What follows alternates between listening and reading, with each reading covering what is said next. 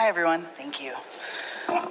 So my name is Emerson DeMeester-Lane. I'm the new director of the Tompkins County Public Library. I started January 26th with my first on-site day, so just about at 4 months. And so Judith, as our legislative liaison, asked me to come in and talk a little bit about the library and what I've been working on over those months and give you a little update. So to begin,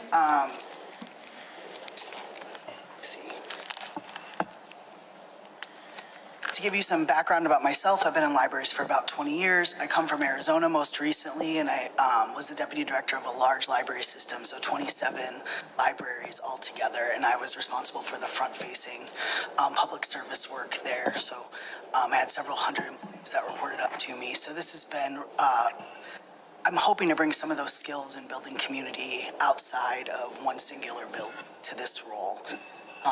But I am actually originally from New York, so I'm actually thrilled. I'm from outside of Albany, so I'm thrilled to be back in the state. I think you're going to have to speak up a little louder? Yeah, all right, sorry. Yeah, feel free to yell. Once a librarian, always a librarian. I'm just going to be quiet. So in my first quarter with TCPL, a lot of my work has been around learning, connecting with the community, but also starting immediately with some of the repair work we had to do with the Finger Lakes Library System. We were in arrears around state money and purchasing books to the tune of about $337,000. So we've been doing that primarily. And we also, in March, the Finger Lakes Library System Board was going to vote to decide if TCPL would retain its status as a central library of the Finger Lakes Library System, which is a 33-member library system across 5 counties. So to give you an idea of, in my first quarter, what I've really assessed as my major work this year in 2026, I've been very conservative around hiring and staffing because when I started my position, we didn't have a business manager.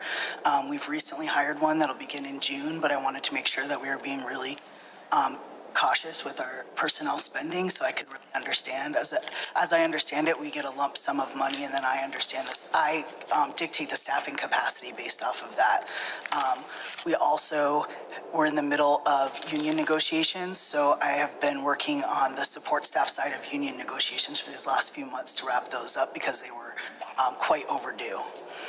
I'm working on identifying budget priorities and understanding our budget's quite complicated because we have restricted funds and earmarked funds, and because of healthcare and things like that, we have a great deal of encumbered funds that we keep as we pay for benefits. And so understanding all of that within our budget was important to me. As I said, fulfilling those financial commitments to the Finger Lakes Library System was critical.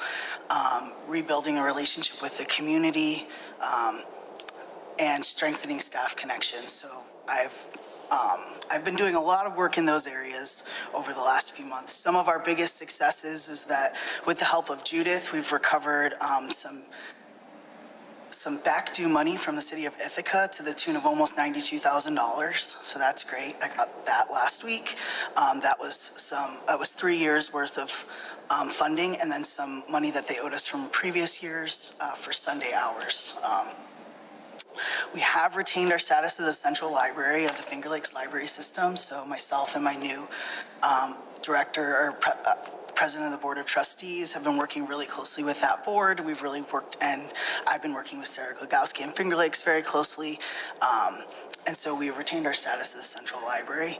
We've added 12,000 individual items to the library collection, which is astounding. That's on its way to double the highest year that we've ever added collections in the last added items to the collections in the last 10 years.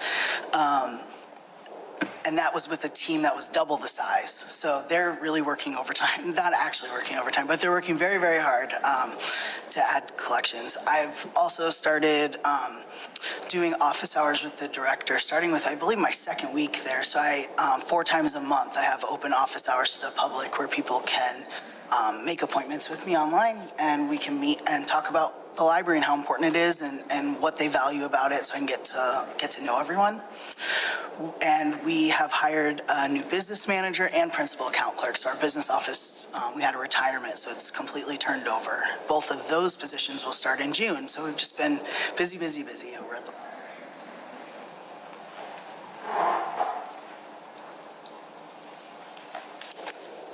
Do you have any questions?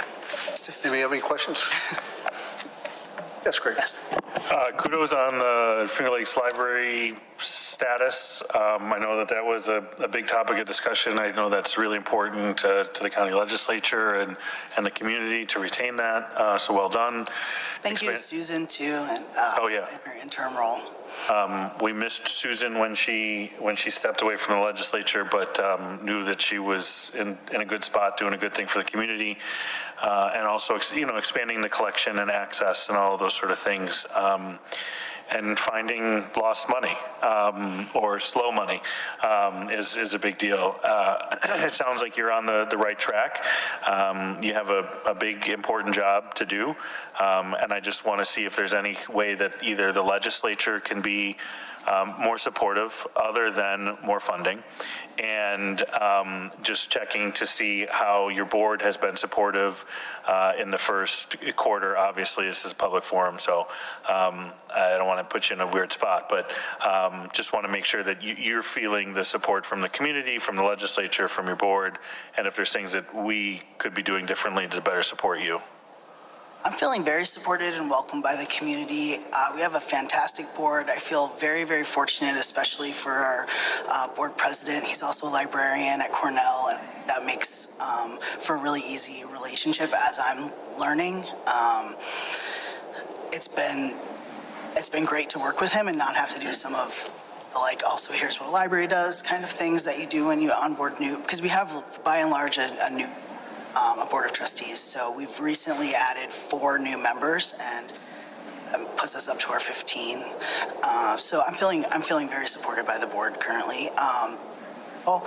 I think that the county's been very supportive. We're really excited about some of the facade work. That's a really big point of public input, and so we're really excited to be working with facilities to get some of that work done this summer. So I felt very supported. Great. I think I have to still take a deeper look financially as we go into budget season so that I can understand that way to sort of, we're very much in a rebuilding period this year, so still working on that.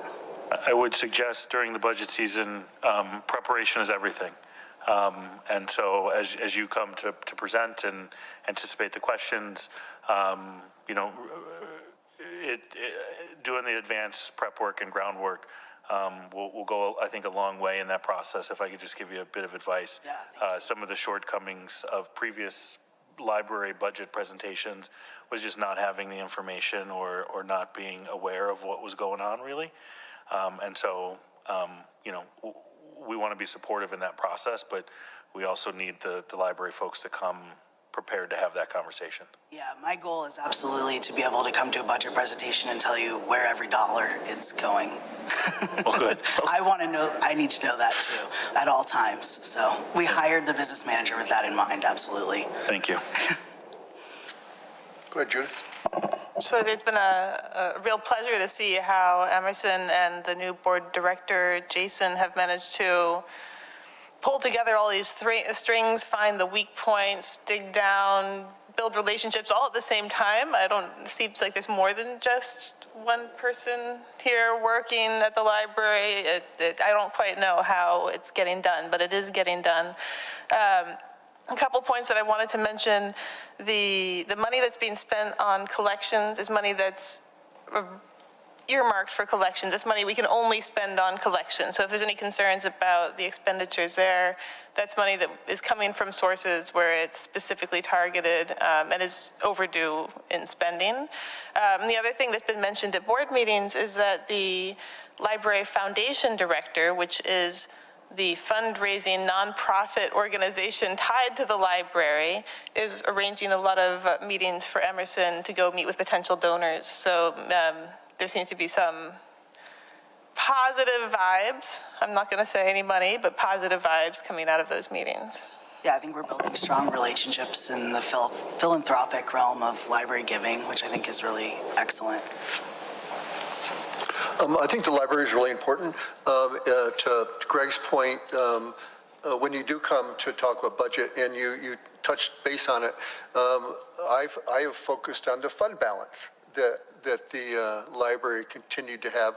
But as you mentioned, some is restricted, and so if you would come to explain where that money is to be used for versus just one lump sum that looked really big.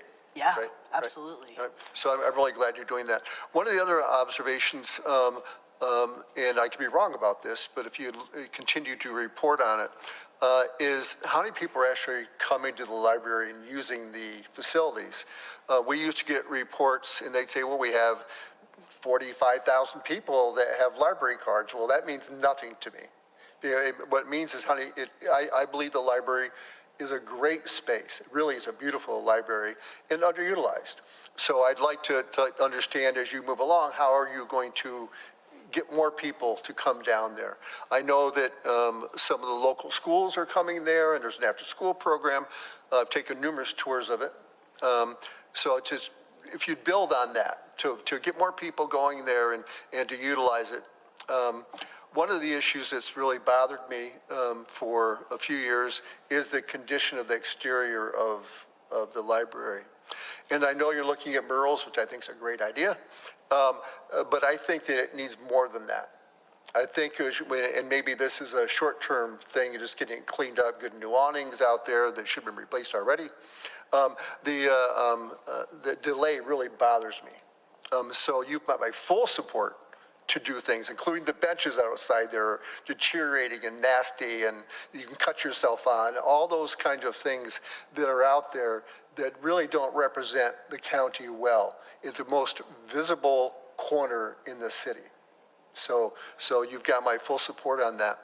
I'd love to come take a tour with you once you decide what you want to do.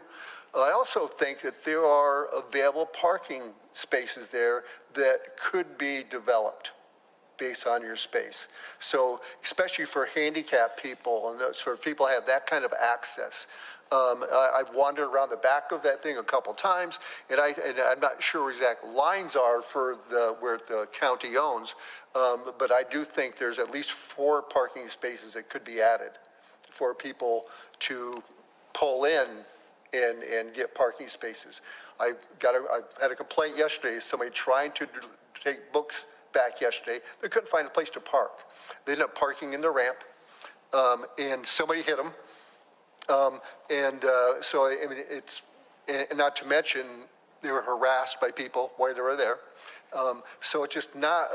We need to welcome people there. I know it's a challenge, but you've got my support. I actually also talked to someone about this yesterday as well, a patron, and I agree with you. Also, exterior book drops. It seems like we've lost exterior book drops over the years, and I'd like to explore getting an exterior book drop maybe towards the back there. People can just drive up and drop off their material too as a quick way to receive material. So yeah. Thank you for your support on the exterior. But when you're ready to move forward on those things, please drag me there. All right, great. I appreciate it. Thank you so much. Any other comments from us? All right, well, thank you very much. Thank you. And welcome. Yes, very nice to meet y'all.